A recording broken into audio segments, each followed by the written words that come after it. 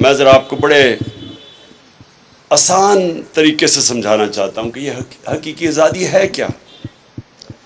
دیکھیں، سب سے زیادہ دنیا کی تاریخ میں اگر کسی انسان نے زیادہ اچیو کیا ہے، نہ کسی نے پہلے کیا نہ کوئی بعد میں کر سکتا ہے، وہ ہمارے نبی صلی اللہ علیہ وسلم تھے. تو انہوں نے کیا کیا تھا؟ ہمیشہ اپنے آپ سے یہ سوال پوچھیں کہ کیوں اللہ ہمیں کہتا ہے کہ ان کے راستے پہ چلو؟ اللہ کا حکم ہے کہ ان کے راستے پہ چلو. ان کے راستے پہ چل کے اللہ کو تو کوئی فائدہ، اللہ تو بے نیاز ہے، اس کے پاس تو سب کچھ ہے، اس کو تو وہ تو خود کفیل ہے. اللہ ہماری بہتری کے لیے کہتا ہے کہ ان کے راستے پہ چلو، کیونکہ کسی انسان نے وہ اچیو نہیں کیا جو انہوں نے کیا. ہم یونیورسٹیز میں جب ہم پڑھتے تھے تو ہمیں بھی ہمارے رول ماڈلز جن کی ہم کتابیں پڑھتے تھے، ان کی لائف ہسٹری پڑھتے تھے، ان کی بایوگرافیز پڑھتے تھے.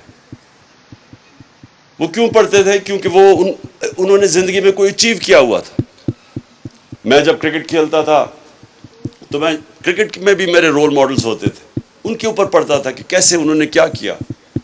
لیکن جس انسان نے انسانی تاریخ میں وہ اچیو کیا جو کسی نے کیا ہی نہیں ہے، ایک ہے کتاب دا 100 گریٹسٹ مین. اس میں نمبر 1 جو وہ کسی مسلمان نے نہیں لکھی کتاب، جو نمبر 1 ہے وہ ہے ہماری نبی صلی اللہ علیہ وسلم ان ٹرمز آف گریٹنس. تو اس لیے اللہ کہتا ہے کہ ان کی زندگی سے سیکھو. اب جو انہوں نے مدینہ کی ریاست بنائی تھی وہ ان کی سنت تھی. ہمیں اصولاً سب کو اسکول میں، یونیورسٹیز میں، ہم سب کو پتہ چلنا چاہیے تھا کہ وہ کیا ہوا تھا، وہ کیا دنیا کا انقلاب آیا تھا کہ وہ 10 سالوں کے اندر انسان بدل گئے. جن کی کوئی اہمیت نہیں تھی انہوں نے دنیا کی امامت کی. یہ تاریخ کا حصہ ہے کہ رومن امپائر اور پرشین امپائر، سپر پاورز، ایک دم یہ 10 سال کے فنومینا میں 622 اور 632 کے بیچ میں جب نبی صلی اللہ علیہ وسلم پہنچے مدینہ اور جب وہ دنیا سے گئے، ان 10 سالوں کے اندر انسان بدل گئے اور انہوں نے دنیا کی امامت کی. یہ ہسٹوریکل فیکٹ ہے. تو کیا ہوا تھا؟ انہوں نے حقیقی طور پہ لوگوں کو آزاد کیا تھا، انسانوں کو آزاد کر کے ان کے پوٹینشل کو آزاد کر دیا تھا. چھوٹے سے انسانوں کو بڑے انسان بنا دیا تھا. جو مولانا رومی کہتے ہیں کہ جب اللہ نے تمہیں پر دیے تو کیوں زمین پہ رینگ رہے ہو چونٹیوں کی طرح؟ ہم سب کے پاس پر ہے، ہم کوئی بھی اوپر جا سکتا ہے، کیونکہ ہم اللہ کی سب سے عظیم مخلوق ہے، اشرف المخلوقات. اس نے جس کے فرشتوں کو کہا کہ ان کے سامنے جھکو، انسان کے سامنے. ہم وہ لوگ ہیں، لیکن ہم اپنی حیثیت نہیں جانتے. ہم جانتے نہیں ہیں کہ اللہ نے ہمیں کتنی طاقت دی ہے. جب شیطان نے کہا کہ میں نہیں جھکتا، یہ مٹی کا بنا ہوا ہے، میں آگ کا، تو اللہ نے کہا تمہیں نہیں پتا کہ میں نے اسے کتنی طاقت دی ہے، صلاحیت دی ہے، پاور دی ہے. تو ہم سب کو اللہ نے پاور دی ہے. ہم سب میں پوٹینشل ہے کہ ہم کچھ بھی کر سکتے ہیں، لیکن ہم زنجیریں بندھی ہوئی ہیں جو روکتی ہیں ہمیں اوپر جانے سے. تو میرے نبی صلی اللہ علیہ وسلم نے مدینہ میں وہ زنجیریں توڑ دی، انسانوں کو آزاد کر دیا، ان کو پر دے دیے. وہی لوگ تھے، اور یہ تاریخ کا حصہ ہے، وہی لوگ تھے جن کی کوئی حیثیت نہیں تھی 2 سپر پاورز کے سامنے. 10 سالوں کے اندر وہ تبدیل ہو گئے. اور وہ جسمانی انقلاب نہیں تھا، وہ فکری انقلاب تھا. ذہنوں کے اندر تبدیلیاں آئی تھی. عورتوں کو انہوں نے آزاد کیسے کیا؟ رائٹس دے کے. آج بھی پاکستان میں سمجھتا ہوں کہ ہم نے، باوجود کہ ہم نے قانون بھی پاس کیا، 80% خواتین کو ان کے انہیریٹنس رائٹس نہیں ملتے جو انہوں نے 1500 سال پہلے انہوں نے عورتوں کو دیے تھے. ان کو رائٹس دیے تھے. انہوں نے واضح طور پہ خواتین کے رائٹس اسپیسیفائی کیے تھے. قانون کے اندر انہوں نے ان کو رائٹس دیا اور انصاف دیا تھا. برابر کے انہوں نے انسان بنایا تھا. پہلے عورتیں اور آدمیوں کو برابر کے انسان نہیں سمجھتے تھے. انہوں نے غلاموں کو آزاد کیا تھا. مسلمان واحد مسلمان کی تاریخ ہے کہ غلام بادشاہ بن گئے. ہندوستان میں سلیو ڈینسٹی تھی. مملوک جو ایجپٹ میں تھے وہ غلام تھے جو بادشاہت کی انہوں نے.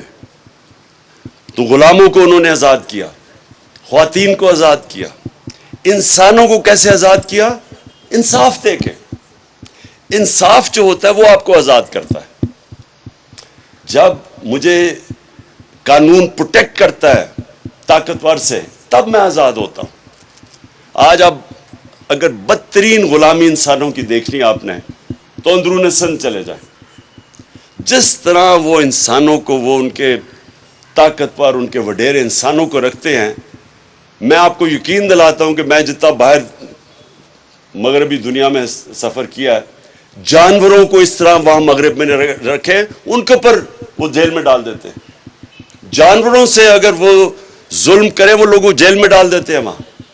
جو انسانوں سے ظلم ہوتا ہے, خاص طور پہ میں اندرون سندھ کی بات کر رہا ہوں, کہ کوئی ان کے رائٹس نہیں ہیں. تو جب آپ کے حقوق نہیں ہوتے تو پھر انسانی معاشرہ نہیں رہتا, وہ جانوروں کا معاشرہ بن جاتا ہے. جانور اور انسانی معاشرے میں فرق یہ ہوتا ہے کہ انسانوں کے معاشرے میں انصاف ہوتا ہے. جب انسانی معاشرے میں انصاف نہیں ہوتا پھر وہ جانوروں, بلکہ جانوروں سے بھی نیچے چلا جاتا ہے وہ معاشرہ. اس لیے انہوں نے سب سے پہلے اسٹیبلش کیا انصاف. اور انصاف کیا تھا ان کا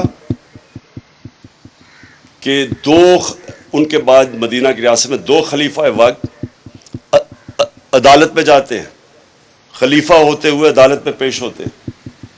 اور حضرت علی رضی اللہ تعالیٰ ایک یہودی سے عدالت میں کیس ہار جاتے ہیں خلیفہ ہوتے ہوئے, کیونکہ جو قاضی ہے وہ ان کے بیٹے کی گواہی قبول نہیں کرتا. حضرت علی یعنی ان کا مقام دیکھیں, ایک یہودی شہری سے کیس ہار جاتے ہیں. آپ سوچیں کہ وہاں انصاف کا کیا لیول ہوگا, کیا سٹینڈرڈز ہوں گی. آج آپ سوچ سکتے ہیں کہ کسی بھی مغربی معاشرے میں جس کو ہمارے سے بہتر انصاف کا نظام ہے, وہاں کوئی ان کا حاکم ہو, ان کا سربراہ ہو, وہ ایک کسی اور مائنورٹی سے کیس ہار جائے, وہاں بھی تصور نہیں ہے. تو یہ تھا لیول ان کا انصاف کا, جس کی وجہ سے انسان آزاد ہو گئے, جس کی وجہ سے ان کی پرواز اوپر چلی گئی, جس کی وجہ سے انہوں نے کئی 100 سال تک دنیا کی امامت کی, ورلڈ لیڈرشپ کی. انہوں نے ہر چیز میں, چاہے وہ سائنسز ہوں, چاہے وہ کسی انوویشنز, ہر چیز میں وہ آگے نکل گئے, کیونکہ انسان آزاد ہو گئے.